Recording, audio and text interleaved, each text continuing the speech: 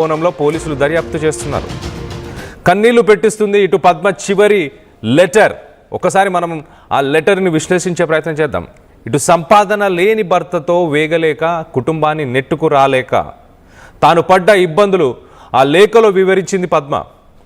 ప్రేమించి పెళ్లి చేసుకునే ముందు ప్రేమించిన వాడు నిన్ను పోషించగలుగుతాడా లేదా అని తెలుసుకోవాలి అంటూ ఆమె రాసుకొచ్చింది. లేదంటే జీవితం ఇలానే అవుతుంది, ఇంటి ఖర్చులకు కూడా డబ్బులు ఇవ్వకపోతే ఎలా సంసారాన్ని నడపాలి అంటూ ఆమె ప్రశ్నించింది. అలాగే ఊరంతా అప్పులు చేసి తీరా నేను తీర్చలేను అంటే నేనేం చేయాలి అంటే అప్పుల వాళ్ళు ఇంటి మీదకి వచ్చే వల్ల ఇటు ఇల్లు గడవడానికి ఖర్చులకి కూడా డబ్బులు ఇవ్వకపోతే ఏం చేయాలి అంటూ ఆమె బాధను వ్యక్తపరుస్తుంది. ఇటు భార్య పిల్లలను పోషించలేని వాడు పెళ్ళెందుకు చేసుకోవాలంటూ ప్రశ్నిస్తుంది. జీవితంలో సెటిల్ అయ్యాకే పెళ్లి చేసుకోవాలి, వచ్చే జన్మలోనైనా ఇటు తల్లిదండ్రులు చూసిన సంబంధాన్ని చేసుకుంటాను, పుట్టింటి వారితో సంతోషంగా ఉండాలని ఆ దేవుణ్ణి కోరుకుంటున్నా అంటూ ఆమె ఆ లేఖలో రాసుకొచ్చింది. నా కడుపున పుట్టినందుకు ఆ పిల్లలు కూడా, నా పిల్లలు కూడా శిక్ష అనుభవిస్తున్నారు, మేము చనిపోతున్నాం, ఇక నువ్వు హ్యాపీగా ఉండు అంటూ శివాన్ని ఉద్దేశించి మాట్లాడుతుంది. ఇటు నువ్వు ఎలాగూ వేరే అమ్మాయిని పెళ్లి చేసుకుంటావని నాకు తెలుసు, ఆ అమ్మాయి జీవితం కూడా ఇలా నాశనం చెయ్యకు అంటూ చెప్పుకొస్తుంది. ఇక నుంచి మేము ఉండం కదా, నువ్వు ఆఫీస్లో ఎవరితో అయినా తిరగొచ్చు అంటూ. మొత్తానికైతే ఒక విషాద ఘటన. ఇటు విజయారెడ్డి సంఘటన మర్చిపోకముందే మరొక షాక్ అని చెప్పుకోవచ్చు. తెలుగు రాష్ట్రాల్లో ఉన్న ప్రజలందరికీ కూడా ఒక షాక్ అని చెప్పుకోవచ్చు, ఒక విషాద ఘటన. ఇటు చిత్తూరు జిల్లాలోని పుత్తూరులో ఈ తీవ్ర విషాదం చోటు చేసుకుంది. ఇద్దరు కుమార్తెలు బంగారంలా ఉన్నారు, చూడ్డానికి ఎంతో బాగున్నారు, ఎంతో హ్యాపీగా కూడా కనిపిస్తున్నారు. ఇటు మనకి ఎంతో హ్యాపీగా కనిపిస్తున్నారు. అలాంటి పిల్లల్ని కూడా వాళ్ళు కూడా శిక్షని అనుభవించాల్సి వస్తుంది. నేను తీసుకున్న ఒక రాంగ్ డెసిషన్ వల్ల తల్లిదండ్రుల మాటలు వినలేదు, తల్లిదండ్రులు చూసిన సంబంధాన్ని చేసుకోలేదు, ఇటు శివాని చేసుకోవడం వల్ల ఎన్ని ఇబ్బందులు పడ్డాను నేను, ఇల్లు గడవడానికి కూడా డబ్బులు ఇవ్వకపోతే సంసారాన్ని ఎలా నెట్టుకు రావాలి, సంసారం అనే సముద్రంలో అసలు మగవాడి బాధ్యత, మగవాడి రోల్, భర్త రోల్ని భర్త నిర్వహించకపోతే ఇలాంటి ఇబ్బందులే పడతాం. లవ్ మ్యారేజ్ చేసుకునే ముందు ఒక్కసారి ఎదుటి వాళ్ళు మనని పోషించగలుగుతారా, జీవితంలో స్థిరపడగలుగుతారా అన్న క్వశ్చన్ని కూడా రేస్ చేసింది. ఎట్ ద సేమ్ టైం ఇటు తల్లిదండ్రుల రుణం తీర్చుకుంటాను, వచ్చే జన్మలో అయినా వాళ్ళు చూసిన సంబంధాన్ని చేసుకుంటాను అంటూ కూడా చెప్పుకొచ్చింది. సో ఎంత బాధను అనుభవించింది మనం ఇక్కడ అర్థం చేసుకోవచ్చు. ఇటు తల్లిదండ్రులు చూసిన సంబంధాన్ని చేసుకోలేదు, తల్లిదండ్రులు చెప్పినా వినకుండా లవ్ మ్యారేజ్ చేసుకున్నాను అన్న బాధను వ్యక్తపరుస్తుంది. ఎట్ ద సేమ్ టైం చేసుకున్న వాడు సరైన వాడేనా, సరిగ్గా చూసుకోగలుగుతాడా, ఇంట్లో డైలీ ఖర్చుల కోసం అంటే ఇల్లు గడవడానికి డబ్బులు కూడా సమకూర్చలేని వ్యక్తి వల్ల నేను ఎంత ఇబ్బంది పడ్డాను. అలాగే ఊరంతా అప్పులు చేస్తే నేనేం చేయాలి అంటే తనని అప్పులు తీసుకున్న వాళ్ళందరూ ఇంటికి వచ్చి తనని వేధించినట్టు అర్థమవుతుంది ఇక్కడ. సో ఆఫీస్లో నువ్వు ఎవరితోనే తిరగవచ్చు, ఇంకా నువ్వు ఇంకొకరిని పెళ్లి చేసుకుంటావని నాకు కూడా తెలుసు అని తన భర్త శివాని ఉద్దేశించి మాట్లాడుతుంది. నువ్వు ఇంకొకరిని చేసుకొని తన జీవితాన్ని కూడా ఇలా నాశనం చేయక అంటుంది. సో చేసుకుంటావని తెలుసు, చాలా ప్రాక్టికల్గా మాట్లాడుతుంది. ఇంత ప్రాక్టికాలిటీ పాపం తను పెళ్లి చేసుకునే ముందు తనకు రాలేదు. ఇంత నాలెడ్జ్, ఇంత అవగాహన, ఇంత మెచ్యూరిటీ అప్పుడు నాకు లేకపోయింది అన్న బాధను కూడా వ్యక్తపరుస్తుంది. కానీ అన్నిటికంటే విషాదమైన విషయం ఏంటంటే ఇటు తన పిల్లలు కూడా ఇప్పుడు తన వల్ల ఈ శిక్షని అనుభవిస్తున్నారు, తప్పట్లేదు అంటూ ఇటు తన పిల్లల గురించి కూడా రాసుకొచ్చింది.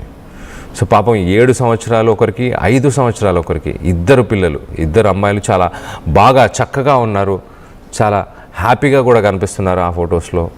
మీకు యూట్యూబ్ గైడ్లైన్స్ కారణాల వల్ల మీకు ఆ ఫొటోస్ని చూపించలేకపోతున్నాం. కానీ మొత్తానికైతే విజయారెడ్డి సంఘటన మరవకముందే, అక్కడ ఆన్సర్స్ దొరకకముందే, ఏం జరిగిందో ఇంకా క్లారిటీ లేకముందే మరొక విషాద సంఘటన అని చెప్పుకోవచ్చు. ఒక్కసారిగా ఇటు చిత్తూరు జిల్లాకు సంబంధించిన పుత్తూరులో ఒక్కసారిగా షాకింగ్ వేవ్స్ అందరికీ అని చెప్పొచ్చు. ఒక్కసారి మనం దీనికి సంబంధించి మరింత అప్డేట్ తీసుకునే ప్రయత్నం చేద్దాం. ఒకసారి పోలీసులు ఏమంటున్నారు? ప్రిలిమినరీ ఇన్వెస్టిగేషన్లో ఏం విషయాలు బయటకు వచ్చాయి, వెలుగులోకి వచ్చాయి? ఒకసారి పోలీసుల మాటల్లోనే వినే ప్రయత్నం చేద్దాం. ఈరోజు సాయంత్రము పుత్తూరు టౌన్లో కృష్ణానగర్ 3లో ఒక ముగ్గురు, ఒక తల్లి, ఇద్దరు చిన్న పిల్లలు, ఆడపిల్లలు టెలిఫోన్ ఇన్ఫర్మేషన్ వస్తే ఇమీడియట్ గా రావడం జరిగింది.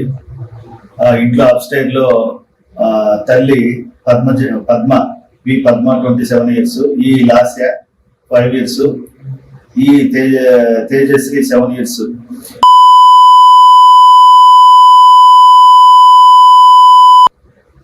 ఇక్కడ విచారిస్తే భర్త డ్యూటీకి పోయినప్పుడు ఈ ముగ్గురు ఇంట్లో తలుపు వేసుకొని, భర్త సాయంత్రం తిరిగి 6:30కి ఇంటికి వచ్చినప్పుడు తలుపు వేస్తున్నారు. దాన్ని బ్రేక్ చేసి ఇంట్లోకి వస్తే చనిపోయినట్టు చెప్తున్నారు.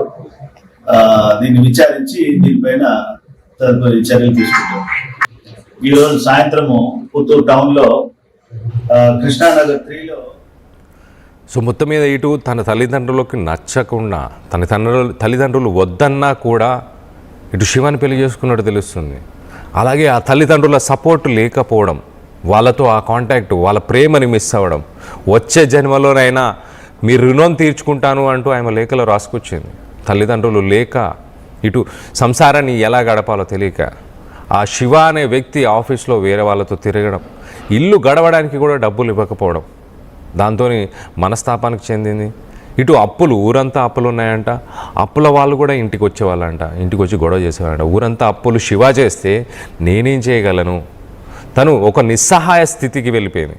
కానీ ఒక రాంగ్ డెసిషన్ అని నేను అనుకుంటున్నాను ఖచ్చితంగా. ఎందుకంటే మీరు ఒక ఇండిపెండెంట్ ఉమెన్గా స్కిల్ డెవలప్మెంట్ ప్రోగ్రామ్స్ ఉన్నాయి, ఇంకా వేరే ఏదైనా వర్క్ చేసుకొని మీ పిల్లల్ని మీరు సాదుకునే అవకాశం ఉండేది. శివ నుంచి దూరంగా వెళ్ళి కూడా మీరు ముగ్గురు కూడా బతుకుంటే బాగుండేదమ్మా. సో ఒక్కసారి షాకింగ్ వేవ్స్ అని చెప్పొచ్చు. దీనికి సంబంధించి మరింత అప్డేట్ తీసుకునే ప్రయత్నం చేద్దాం. ఇటు తిరుపతి నుంచి మా ప్రతినిధి సురేష్ ఉన్నారు. సురేష్తో మాట్లాడి తెలుసుకునే ప్రయత్నం చేద్దాం. సురేష్, చెప్పండి, ఈ సంఘటనకు సంబంధించి అసలు ఇటు ఆ మహిళకి వాళ్ళ తల్లిదండ్రులతో ఎలాంటి కాంటాక్ట్ లేదా? వాళ్ళకి విరుద్ధంగా వెళ్ళి ఈ ప్రేమ పెళ్లి చేసుకుందా?